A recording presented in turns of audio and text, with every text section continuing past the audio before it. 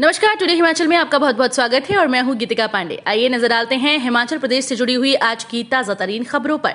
लेकिन उससे पहले अगर आपने अभी तक चैनल को सब्सक्राइब नहीं किया है तो जरूर कर लीजिए। साथ ही हमारे व्हाट्सएप ग्रुप को जरूर ज्वाइन करें, जिसका लिंक डिस्क्रिप्शन बॉक्स में है। तो चलिए शुरू करते हैं हिमाचल से जुड़ी हुई खबरों को जानने का सिलसिला। हिमाचल में बंपर भर्तियां, शिक्षकों के 5,291 पद भरे जाएंगे, जानिए बड़े फैसले। हिमाचल प्रदेश के शिक्षा व अन्य विभागों में बंपर भर्तियां होंगी। मुख्यमंत्री सुखविंदर सिंह सुक्खू की अध्यक्षता में बुधवार को शिमला में हुई हिमाचल मंत्रिमंडल की बैठक में शिक्षकों के 5,291 पदों को भरने की मंजूरी दी गई। इसमें टीजीटी आर्ट्स के 1,070, TGT non medical 776, TGT 430, Shastri 494 और जेबीटी के 2,521 पद शामिल हैं। कैबिनेट के फैसलों की जानकारी देते हुए उद्योग मंत्री हर्षवर्धन चौहान ने कहा कि जनजातीय व दुर्गम क्षेत्रों में खाली पड़े शिक्षकों के पद भरे जाएंगे। ये कदम विद्यार्थियों को गुणवत्तापूर्ण शिक्षा सुनिश्चित करने और शिक्षण स्टाफ की कमी से निपटने में काफी मददगार साबित होगा। मंत्रिमंडल ने दंत स्वास्थ्य सेवा विभाग में चिकित्सा अधिकारियों के 28 पद भरने का निर्णय लिया। साथ ही निर्णय लिया गया कि किसी सिविल अस्पताल या सीएचसी में चिकित्सा अधिकारी दंत का पद नहीं होने की स्थिति में उसे सृजित कर भरा जाएगा। कैबिनेट ने बच्चों को गुणवत्तापूर्ण शिक्षा प्रदान करने के लिए राज्य के प्रत्येक विधानसभा क्षेत्र में राजीव गांधी सरकार मॉडल डे बोर्डिंग स्कूल खोलने का निर्णय लिया। पहले चरण में 13 साइट्स की पहचान की गई और जल्द ही निर्माण गतिविधियां शुरू हो जाएंगी। इन स्कूल्स में हाईटेक स्मार्ट क्लासरूम, खेल मैदान आदि सुविधाएं होंगी। कैबिनेट ने स्वरोजगार के अवसरों को बढ़ावा देने और उद्यमशीलता को प्रोत्साहित करने, स्थानीय युवाओं को आजीविका प्रदान करने के लिए राजीव गांधी स्वरोजगार योजना 2023 को अधिसूचित करने को हरी झंडी दी है। इस योजना के दायरे में ई टैक्सीज, ई ट्रक्स और ई बसेस, दंत चिकित्सा सुविधाओं और मत्स्य गतिविधियों को लाया गया। इसके अलावा यात्री और माल कर के बकायेदारों को 30 जून 2023 तक एक मुश्त राहत देने के लिए कैबिनेट ने यात्रियों के माल कर और माल कर पीजीटी पर जुर्माना और ब्याज माफ करने को मंजूरी दी। मंत्रिमंडल ने बीजी नंगलबान से तलवाड़ा रेलवे लाइन के निर्माण के लिए भूमि रेल विभाग के नाम हस्तांतरित करने को स्वीकृति प्रदान की।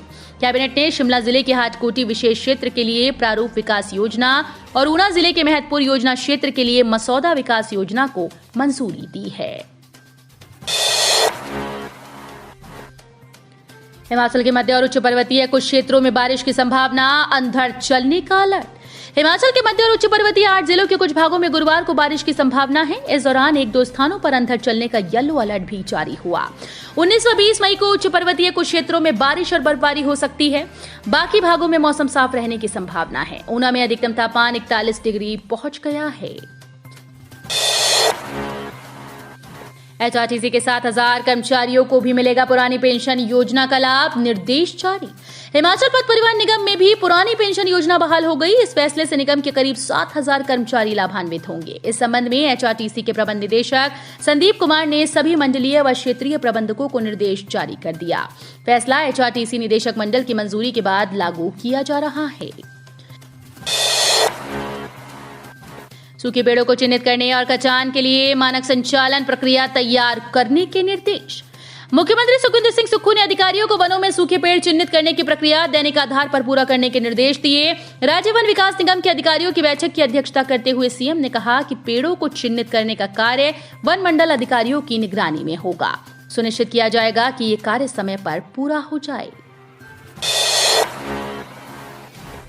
किसानों की आय दुगना करने के लिए हिमोन्नति योजना शुरू, स्थापित होंगे 2,603 क्लस्टर।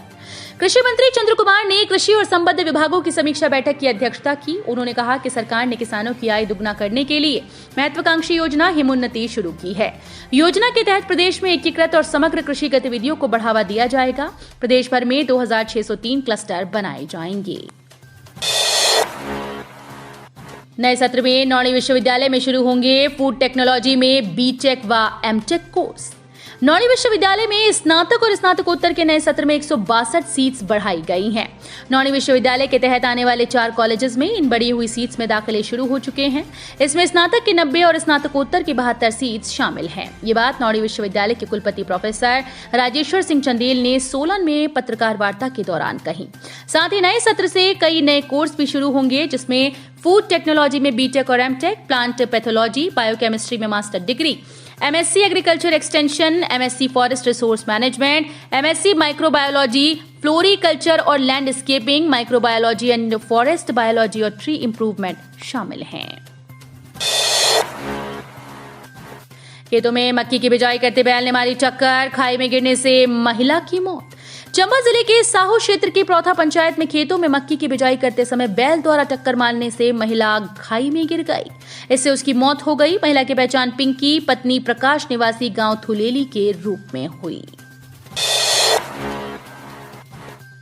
शिक्षण संस्थानों में शुरू होंगे नए तकनीकी पाठ्यक्रम। हिमाचल प्रदेश के शिक्षण संस्थानों में नए तकनीकी पाठ्यक्रम शुरू होंगे। इसके तहत रोबोटिक्स, ब्लॉकचेन टेक्नोलॉजी, साइबर सुरक्षा, cloud computing, data analytics, artificial intelligence और मशीन लर्निंग आदि कोर्सेज शुरू होंगे। इन कोर्सेज को करने से युवाओं को रोजगार के बेहतर अवसर प्राप्त होंगे। सीएम बुधवार को हिमाचल प्रदेश विश्वविद्यालय में शुरू हुए हमीरपुर छात्र संघ के कार्यक्रम हमीर उत्सव की अध्यक्षता करते हुए बोल रहे थे। छात्रों के झांसे में आकर 19.96 लाख रुपए गवा बैठा व्यक्ति।